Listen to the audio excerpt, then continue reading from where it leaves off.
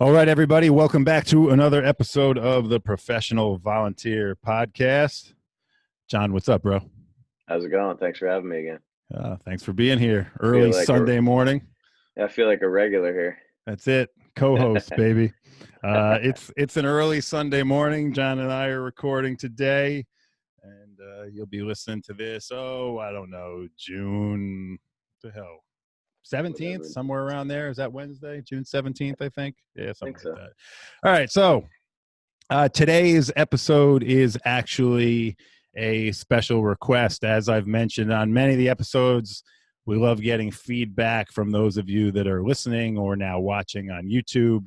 And I received an email today. Actually, I received an email last week from Jameson from Northern Ohio. So, Jameson, thanks for reaching out. Thanks for sharing your story, and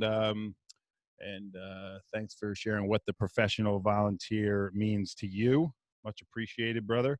But Jameson sends in a good topic that I figured instead of replying via email, John and I would just get together and kind of shoot the shit and talk about this one. So Yep. I'll pull some highlights out of the email. So he is in a volunteer system, and they have got sounds like a pretty good group of dedicated members.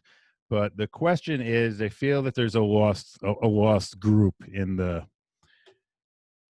hierarchy of groups in the fire service, right? So he refers to the senior men and the rookies as two distinct groups in the organization, but then feels that there's a group that in that discussion, in that conversation, is lost, and those are the middle guys, the one that's kind of fall in between the senior men and the rookies, those that are in the 20 to 25-year-old age group that have a few years of service under their belt. They're not Proby members anymore, but we're going to talk about where they kind of fall in the spectrum. Now, this department has some interesting issues going on with this. But you on YouTube are going to appreciate Oh, that. jeez. Yeah, you in YouTube land are going to appreciate the fact that I just put my reading glasses on because I'm getting old as dirt and I can't read anymore. So one of the unique issues that they have in their department is that their slate of chief officers is appointed every year by their township trustees.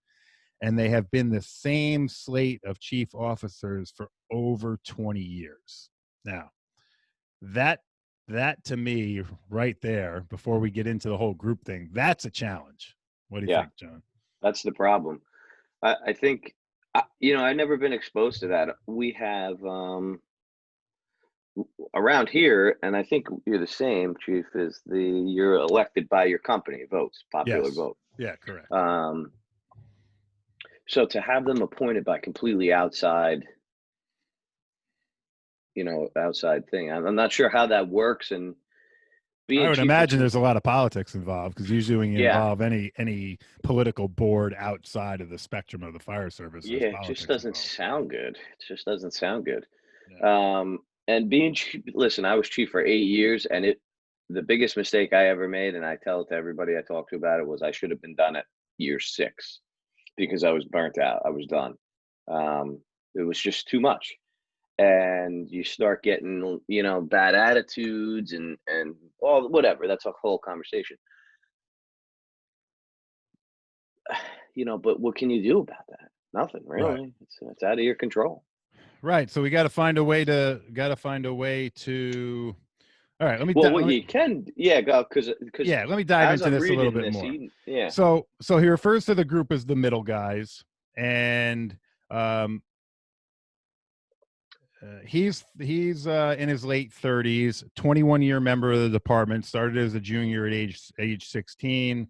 Idolized the senior men as a young rookie coming up, because they're that old time salty smoke eater, 100% aggressive all the time. Didn't really follow the rules that they didn't feel needed to be followed. But now they've got this group that's, in their mid-20s, wants to be aggressive, wants to be an aggressive department, but they also want to do the right thing, right? So they kind of still look up to this group of senior guys that did it the old school way and still kind of want to do it the old school way based on what I'm reading here. But you've got this core of young guys and girls that want to come in, want to be aggressive, when the opportunity presents itself, but they want to have a safety minded approach to being aggressive, not just like the old West, So that's where he feels the slight divide is coming in.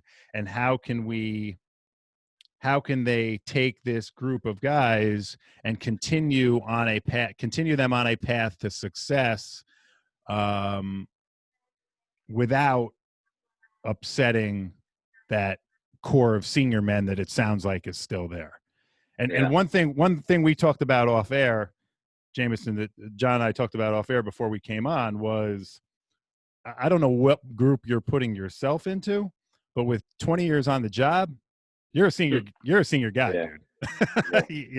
I mean, you're a senior guy, because you got to think about it this way. In the career side, if you're over 20 years, like you're on the downhill side of your career at 20 years. So that was the first thing was, one, you're a senior guy. That's a senior.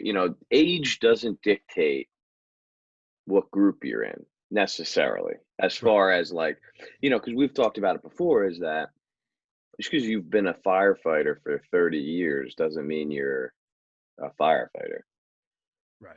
For 30 years. Years of service versus years of experience. Correct. Right. So, if you're one of the hard charges for 21 years, you're a senior guy. And that's where I was in my group after I got out of being chief of my old company. Was, I joined when I was 14, did my line officer term, and then I was done being chief. Like, I'm a senior guy, but I wasn't as old as those other guys. So it's kind of a weird position to be in, because those senior guys were like 50 and I was still like 35, 30, whatever, 35. But again, you're definitely a senior guy at 20. You could have a lot of following. And that's what I think the most important thing is get these younger guys on board to follow you and do the right thing, regardless of your leadership. Which is a lot easier said than done, but yeah, for sure. So there's one sentence in here that kind of stands out, and he talks about, trying to stay the course and set the example for the future of the department and do the right thing. Love it. Right. Because that's the name of the game, right? Regardless of where you fall in the spectrum of senior man, pro B, middle group, whatever. All right. Yeah. Set that course, stay on that course, bring other people with you for the ride. All right. But then he goes on to say that, those who made him who he is today, i.e. those senior guys, are feeling disrespected and feel that he's wrong for trying to change things. Ooh. Say that again. Those that kind of brought him up in the service, all right, are feeling disrespected because he is now trying to change things. I.e., what it sounds like to me is trying to change the mindset that, look, it's 2020. It isn't the old freaking West. This isn't the Bronx is burning, right? This is, we can still be aggressive, right, and have a safety mindset, right? I must have read over that when I read that. I didn't catch that like you did. That's good. Yeah. So I mean, that to me, that's a huge part of the problem right there. Sure. And I think you kind of hit the nail on the head, or at least started the nail. You gotta, you can't let that deter your path. It sounds Sure. like he's got buy-in from that middle group. Like, it Hmm. sounds like that's the group that's driving this, not just one person. It sounds like that middle group is what's driving this. Yeah, we want to be aggressive, we want to be dedicated, but we don't want to do it the way that those guys did Yeah. it, because we Yeah. know that's a path to a fucking Yeah. LODD. And if those guys are the guys answering the calls, see, like that's the benefit I had when I was in this group was those are the ones answering the calls and doing, they're on the Right. engine. So when you're on the engine and you're with them, make sure they're doing the right thing. You know, Right. the chief could say whatever he wants when he's sitting out in his car, and that's a whole nother conversation and training and all that. But like, Sure. we've talked about this a bunch of times. When you're on the rig and you're the guy with some experience, you should be steering the ship there. Yeah, Um, absolutely. if you're getting off the truck without a pack because your officer says, "Ah, fuck it," then you're just as guilty.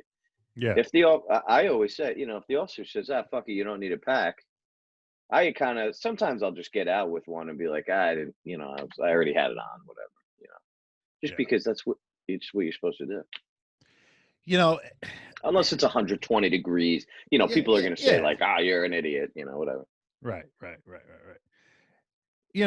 He's leading into here that the part of the problem is this leadership issue that they have, that the leadership has been the same for over 20 years. And I, That's without knowing where they are, who the personalities are, I 110% buy into that theory, because that's the problem. 20 years is a long, long time. And It's no you good. don't, No you good. don't find a lot. I don't want this to come out as a blanket statement. You don't find a lot of people that are 20-year chiefs that grow with that 20 years. Does that make sense? Yeah, yeah, yeah. Especially in the volunteer world. Like in career world, you're kind of forced to. It's like grow or they'll get Right. rid of you. But in the volunteer world, if you don't find guys that are in the line for that long. You do. I mean, you do, but it's not the norm. They. It's not healthy to be in the position that long. Yeah. It's just, I mean, unless I don't know anything about this guy's company. No, I no, no, don't me neither. know. Yeah. I've never heard of fire departments that are appointed by the elected officials or the Right. trustees of the town. I've never heard of that. Right. So, like, is there criteria? Or Yeah, I don't do know. they just like, hey, this guy Brian's a great guy. You're going to be Yeah. chief. Yeah, yeah. If you went to these guys and you were the trustees and you're like, hey, I'm really interested, or maybe if you went to the chief and you're like, hey, I'm really interested in being chief one day, like what do I have to do? Are you Right. like shunned? He mentioned like that he would be shunned from the company. Yeah. So that's a Well, tough vote. so I think there's a cultural issue here, obviously. All right, there's obviously a departmental cultural issue, because it seems like we've got, and I don't know how many that middle core group is, right? I don't know if it's 2 or 15 or 20, but it sounds like we've got a core group that's dedicated, wants to do the right thing, and not for nothing. It's obviously the senior men group must be Yeah, they pretty. sound like Yeah, good firemen, they sound like like they're all dedicated as well. So it sounds like a dedicated company. um the question is, how do you blend these groups to take the company into the future? I mean, let's face it, the senior guys are not always going to be there, right? right. I mean, eventually they're not going to be around anymore. um I think that's a problem in every. Take the leadership out of it. If you're just talking like how do you blend the senior with the young guys or the middle, like these guys want to do this. And then my thing was we always had senior guys, and not just in my company. They would just be standing around kind of watching. They didn't get their hands dirty. right. I think that's a problem in the fire service. How do you get the firefighters general to train together, Yeah. um, young and old? And that's a hard thing to do, especially if you don't have good leadership to Right. motivate that. Right. Yeah. See, now my experience with that is, and I've got a wide array of guys and girls from young to old that, do every job under the roof of the house, that is a challenge. Nice thing is, first of all, you got to keep them engaged, and Yep. you got to continue to invite them, right? Like, so whatever, my fire police guys, even if we're doing a drill that has absolutely nothing to do with traffic control or fire police, they still come to drill night, Right. and they'll still say, hey, what do you want us to do tonight? I'm like, well, come along, listen in, pay attention, Yeah. And you know what? 9 times out of 10, at least one of them will come over afterwards and they'll be like, hey, chief, you know what? That was pretty cool. Or, I Mm. learned this tonight, or I learned that. So, step one is engaging and including everybody.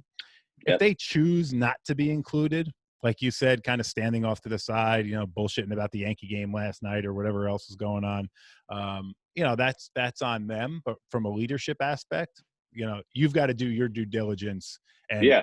include them, right? Because that's a bad thing to have the older guys standing on the side while the young guys are busting their ass. Right. And now you're talking about credit, for LoSAP or whatever, oh, they get the same credit that I do. I'm Oh, coming up here yeah, busting my ass. yeah, So like it's a whole friggin' thing. yeah. So um but you can't let that see, like, that's having a bad attitude. Like, oh, they're getting the same credit I am and I'm up here busting my ass. Like, Right. just do the right thing. Go with your guys, take your young guys that support you and go do the right thing. I don't agree with everything that goes on, but you got to just keep pushing. I can't have like a lackadaisical attitude while we're training because, some of these younger guys will look up to me to be not look up to me, but if they're like, oh, well, he doesn't have his gloves on, like he obviously knows what's going on, like, Yeah, yeah, yeah, yeah, yeah. Yeah. No, so yeah. you can't do that shit. Yeah. They're going to look to, if you don't want to say look out, they're going to look to you. Correct. Right, And right, and a bad example will stick out a lot more than a good example, right, right, for sure, for sure. Now, look, my typical answer to this entire problem would be something you and I have discussed before. Keep pushing forward. Keep those that believe in the direction that you want to go in, which sounds like this entire group, keep them focused on change and doing the Yep. right thing. And eventually that group is going to continue to build traction, is going to continue to build support. And that's probably the future direction, whether the future is 3 months, 6 months, 5 Yeah, you years. don't know. Yeah, it's going to build. He can't be chief forever. Right. It's going to take the department in the direction that you want to go. That would be my normal. That would be my normal reply. It would be your normal reply. We've talked about it before. The underlying challenges that unfortunately they have here is the way that this organization is run, which we don't know a lot about. But he goes on to say, if he were to express his concerns to this board of trustees who appoints these chiefs, it would most likely result in me not being around to look after the younger generation anymore and to make sure that they don't become complacent and follow the path of the elders, of the senior guys. So that says to me there's some serious volley ticks going on there.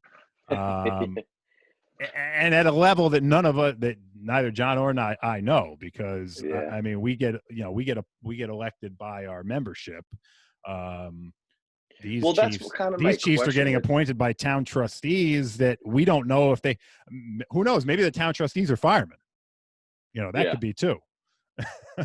Are they like commissioners? Are they like the town council who has no idea So about firefighting? That's my question. Well, there's yeah, a couple things with that statement before we get off topic. A couple things with that statement. One is, like you said, that must be like a real volatile situation right, if that's going to happen, if you express your concerns. Two is kind of make sure you're going to express your concerns correctly.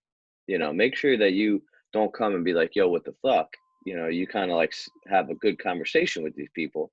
And then three, if you're saying that you're not going to be around, are you saying that because they're going to get rid of you, or are you saying that because you're going to choose to not be around? Because then you're allowing that to happen.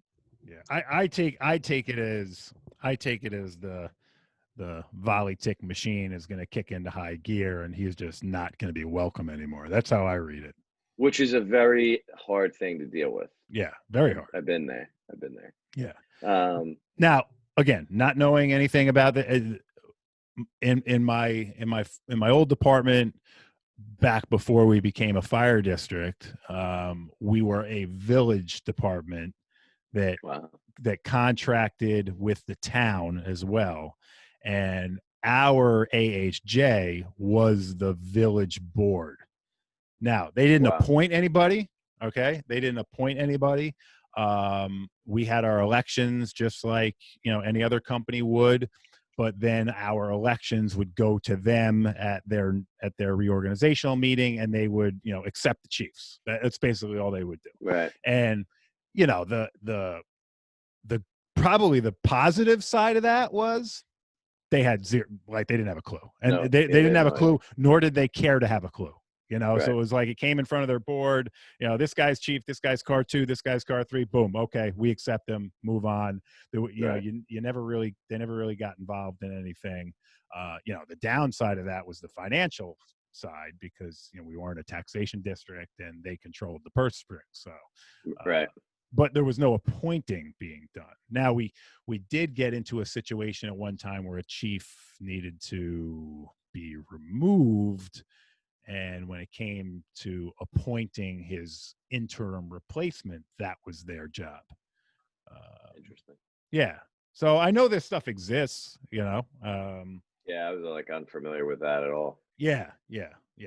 But 20 years is way too fucking long. Yeah, I don't care who you are. Yeah, no. I don't care who you are. Because for 20, you hear these police chiefs that were chief 20 years or whatever, you need change. You're holding up the whole line. Right. No, it's too long. Yeah. I think that part of it's the biggest challenge on the whole thing here, because to me, it seems like they've got the group, he's got the group, he's got the buy-in, he's got the people that want to go in this direction. It just seems like there's some head bashing here on the guys that don't want to kind of like step to the side and allow these newer guys, or guys with less years of experience, to kind of start to take the reins. And eventually that needs to happen. We all need to realize when our time is up. In my company, we had a chief that was chief for like 7 years before me. I was lieutenant, and he was chief through the whole thing. And then we had a captain that was captain for like 15 years, and he was an ego guy. He never wanted to. He could never not be an officer, right? But he never wanted to be chief. So my chief at the time came to me when I was lieutenant and was like, I'm going to nominate you for captain this year against this other guy. And I was like, oh, he's going to like beat me up. He's going to hate me. I'm going to be, right. And he's like, no, I'm nominating you for captain. And I'm like, all right. So that was like the turning point, because we always had like lieutenants, they come in, they fall out. They come in, they fall out, because the chief and the captain were always the same. They never wanted to give up the power. But when I became captain, that was kind of like the icebreaker. Mm-hmm. And then when this guy was done being chief, he did like 7 years total. And then he handed me the keys and, supported me. And right. But I was kind of like that first younger guy to be chief. And it was hard. It's hard. But this guy sounds like he's in a good position. The only problem is, we don't know the policies and procedures. And that's really what I keep going back to in my head, is like, yeah, it could be hard. Like the chief's an asshole or whatever the case may be. But if the policies and procedures are like dangerous, and that's really nothing you can do. There's nothing you can do about that. You got to do what you do, and that's it. Like, Well, I get the feeling that there might not be any. I mean, I hate to put words in, again, yeah, I don't. it's like watching any of these on scene videos. You get that 30-second view Yeah, of, you get this 30-second view of somebody's fire, and we all jump to be so freaking critical, but we don't know what yeah, happened for 10 minutes before, 10 minutes after. right, I right, mean, right. it's the same thing here. Based on the way it's worded, I get the feeling that there's not a lot of policies and procedures, because it sounds like you've got these old salty dogs that want to just keep doing it the way that they did it Yeah, back in the Wild West. day. Right. And, that's a challenge because, again, I don't know the fire training program in Northeastern Ohio, but I know that anybody coming out of a firefighter one program in the tri-state area here of the US that experience that is going to be like, what the hell is this? This Right, goes against everything I've just learned for the last 6 months or right, however, what are these guys doing?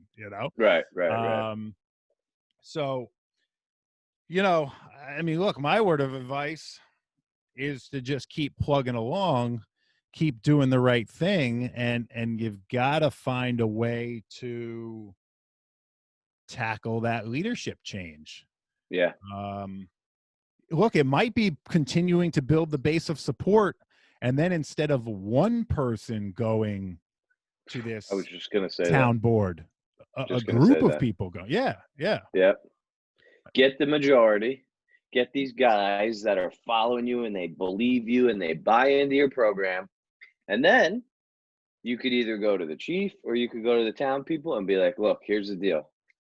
This is what we want to do. We're Yeah. really interested in moving forward. We want to be chief. He's been chief for a long time. We respect him. He's done a great job with our company, but I'm ready. We're ready to have some change here." Yeah. Yeah. And No. Yeah. I agree. what's the worst they're gonna do? Say fuck you Right. all, Right. Yeah. and Yeah. then Yeah.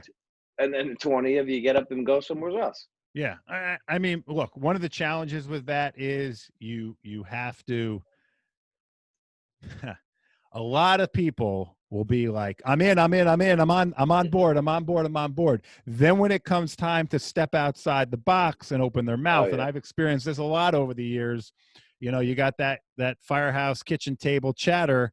Oh, I'm all for it. I'm all for it. Let's go, go, go, go, go. Then you yeah, stand up to make your presentation and you turn around for your support, and there's freaking crickets behind you.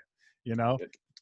that is a challenge. So you want to make Yeah, sure that if these guys are in, they're in, and they're going to be there for you. They're not just going to allow you to step out and hang yourself, and then you're on the right. outside looking in, like was What expressed in just this email. happened? Yeah, Yeah, yeah, exactly.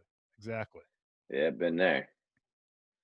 But I think just keep plugging along, doing the right thing. Get these guys to buy into your program, and believe you, and that you have the good intentions of the company and in your goals, and things are going to change. Like things, if there's one thing that I've learned over the years, one of the major things I've learned is don't put all your eggs in one basket. yeah, absolutely. Um, I've learned that multiple times the hard way. And then the other thing is, um, like just to comment on that, this guy might be thinking like, I don't want to go. Like there might be another company like right down the road, Right. and I don't want to go to this company and like lose my seniority and lose the respect. And I got, maybe they don't wear maybe they wear euros and he doesn't want to wear a euro or whatever. Like, but like, I'm still fighting that damn fight. God, Brutal. God Fucking damn it. brutal. Anyway. But like whatever the case may be, like don't put all your eggs in one basket. Like if there's another company down the road, you might be able to go over there and be chief in 2 years, like. And then the other thing to that is, I just lost my train of thought. It was the euros. Yeah. Damn it. It'll come back to me. All right. All right. But don't put all your eggs in one basket and think like maybe there's another company that's there. And don't think that anything lasts forever. That was the other thing. Right. In your head, it may seem like it's lasting forever. Like, oh my God, this is never going to change. Or that guy cannot be chief forever because eventually Right. he's going to die. Right. Eventually he's not going to be able to do the job. Eventually there's going to be change. You may get new town council people that set, or trustees, whatever they're called, that say like, why is this guy chief? Whatever. Right. So don't think it's going to be forever. Right. Or God forbid, and I would never wish this on anybody, but God forbid something actually does go wrong. And then all of a sudden the department, how it's run, the policies and procedures, rules and regulations all come under the microscope, kind of like Yeah. our friends in Jersey there. And Yeah. and then you're like, oh crap. Yeah. Well, that's kind Then of, you're forced to change stuff. I don't know much about Sea Isle City before this. I know it's a nice place to vacation. Beautiful place. Yeah. But I don't know if that chief was chief for years or he was just chief because he got to be friends with guys. I don't know what the situation, Yeah. but I know Right. when they burned down a couple houses and the report was structure fire, period. Um, he resigned. Right. He was given the opportunity to resign. Right. Um, so you don't want to get to that position, but again, you're not in the leadership position there, so there's nothing you could do about that. Right. The only thing you could do is keep your head down, keep plugging along, get these guys on board with you, like it sounds like you have. It sounds like you're a good guy. Get these guys to buy into your program, and Yeah, I agree. wait All right. for it. So I'll on this topic, I'll end with this, and I'll just throw this out there, just because I think we gave some good viable options to keep moving forward, and keep everybody on board. And I hope that we let the lieutenant here know that at 20 years you're a senior guy, for sure, within that organization. If anybody's listening to the podcast or watching this on YouTube, and you have a similar situation, like this is how Yeah, you operate, like your chiefs are appointed by your town board or your village board, and there's really, maybe there's departmental input, but you don't really know where it comes we from or could how it gets disguise there. you. We could do like a disguise. Like how they do on Netflix when Yeah, they, yeah. like But you're in the black. yeah, but shoot us shoot an email, and or a DM, and I'll forward that information on to Jameson here to help him out further in his struggle. Because I'm sure there's some people listening or watching that maybe do operate in a similar system. It's just not a Yeah, system that we're used to where we are in the U.S. I But will say I'm that sure it's there are some it's people listening that are. it's very hard to keep that motivation high. I experience it sometimes where like the fire alarms come in and you're like, oh, like it's hard to keep that motivation up, especially when you're not chief and you get the car and you could just drive to the call and do whatever. When you got to go to the firehouse and deal with everybody and put your gear on and like Right. it's the drills, like we're gonna hit the same hydrant and lay the same 5 inch. When you don't have management over that, it's very hard to keep the motivation. I've experienced it before. Just understand, like people are looking at you. You Yeah. have influence, and bad influence is very easy to transfer and become contagious. Sure. Good influence, takes a little bit, but it's like the daily tasks, and people are looking at you. Yeah, absolutely. I agree. So hopefully that answers, gives him a little insight into the topics. Again, I appreciate just reaching out and looking to us for input. Yeah, that's pretty And neat. Ohio, huh? yeah. And again, one more time, I'll just say, if anybody wants to give any input on the topic, shoot us a DM, and I'd be happy to pass it along, whether you want to remain anonymous or not. Yeah, Um, yeah. I haven't had anybody yet that's asked to remain anonymous, but I don't think so. Yeah. yeah, but we'll see. All right, what else? You got anything else to talk about before we jump off? Um, no. Intershoots in Pennsylvania. They said they're still on. Yeah, I see They're that. still doing it. They're So like the last hangout, like the last. They're yeah, everybody else is. October. So I mean, I'm hoping by October. Yeah, Who the hell knows though? But that's supposed to. I mean, it's supposed to be a big show. Yeah, I actually, for the first time, I heard it. I heard it plugged on another podcast the other day. Actually, these guys were talking about just training in general, and all the great content that's been put out there during this pandemic via Zoom and webinars Mm, and which I agree. I mean, there's stuff that you would not normally get your hands on without traveling to an yeah, FDIC or an Interschutz or a firehouse, that's now out there, available on a mouse click. Some for free, some for $20, big yeah, deal. But I think everybody is kind of in agreement that you're gonna see more of that. I think for sure, it's definitely gonna kind of change the way we do things on the training side, especially for lecture type stuff. for sure. Obviously, Well, think obviously, about it. You could have 1,000 people. I mean, I interacted with people from Canada. yeah, I would never have the ability to do before Zoom. right, Or before this, I should say, before this pandemic. yeah. Well, it was something you Um, didn't really think about doing. You know, yeah, I mean, look, the only thing that I personally don't like about it is you got to have, and this is just me speaking. You got to be pretty dynamic. You've got to have a pretty solid topic it's tough. to keep me focused on my computer screen for an hour or two. You know, Yeah, it's tough. and I know when I'm out, and you're the same way. When I'm out teaching in person, I'm not standing behind a podium. I'm moving around Yep. the room, clicker in hand, and I'm animating. Even when I'm on here talking, my Yeah, hands are I was my just gonna hands. say it's hard. It's hard for Yeah, me to sit here to do yeah, this. yeah. So I'm animated. My hands are flying all over the place. If somebody's not paying attention, it's easy for me to kind of Yeah. refocus them by a tap on the table or whatever, Yep. which you can't do in this kind of environment. But look, the nice thing is we got a lot that's become available to us, and that's cool. I think that's Definitely. cool.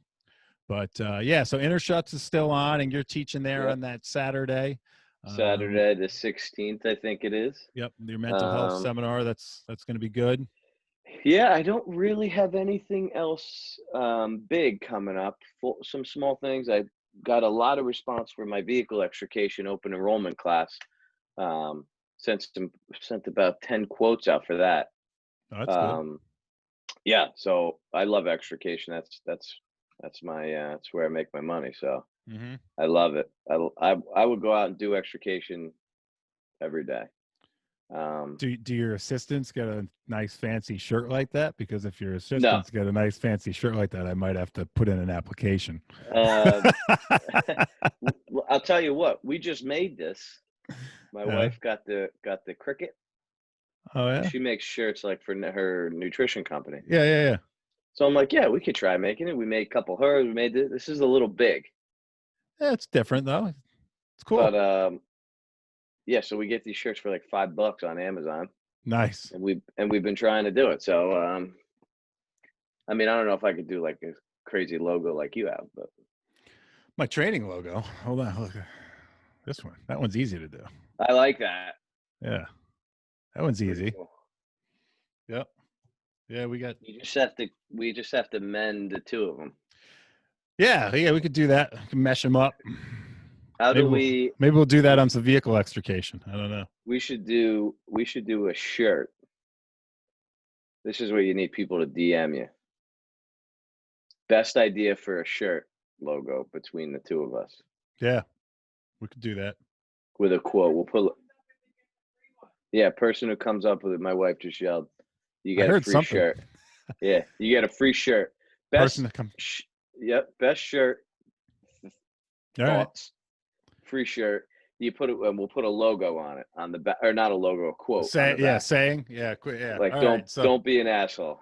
all right. So there we go. We'll throw it out there. So anybody that comes up with an idea for us to mend our two logos with a good Best. quote or saying, Yep. um, you'll be the Free. winner. We'll give you a free shirt, and then we'll put the shirt out there for everybody else. That's it. We I need gotta tell you, that's hard, like man. one line. We're so totally we're totally getting off topic, and yeah, we probably lost a few people by now, but whatever, that's okay. for sure. That is hard, man. Like I look at some of these companies that are, like always putting this stuff out, like these freaking cool shirts with these sayings and logos and shit. And it makes me realize that I have no future as a graphic artist. Well, I literally want to make a shirt that says "Don't be an asshole" because that's what I say in Fire Right. One. Right. And Stephanie's like, you can't do that. Like, people aren't going to wear that. You might get like 5 people that'll wear it. Other people will be like, yeah, that's great. Yeah. You can't wear that to shop, right? Yeah. But these guys are good. Like they're good. They come out stuff out.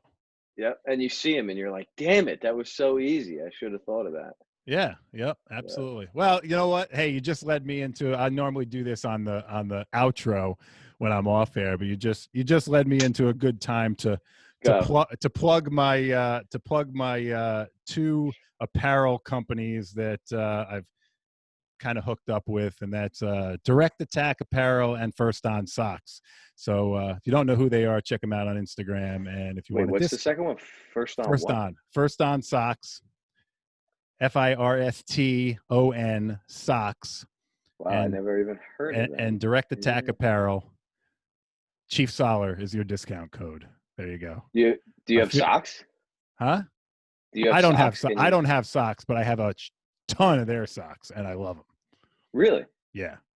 Super comfortable. Direct.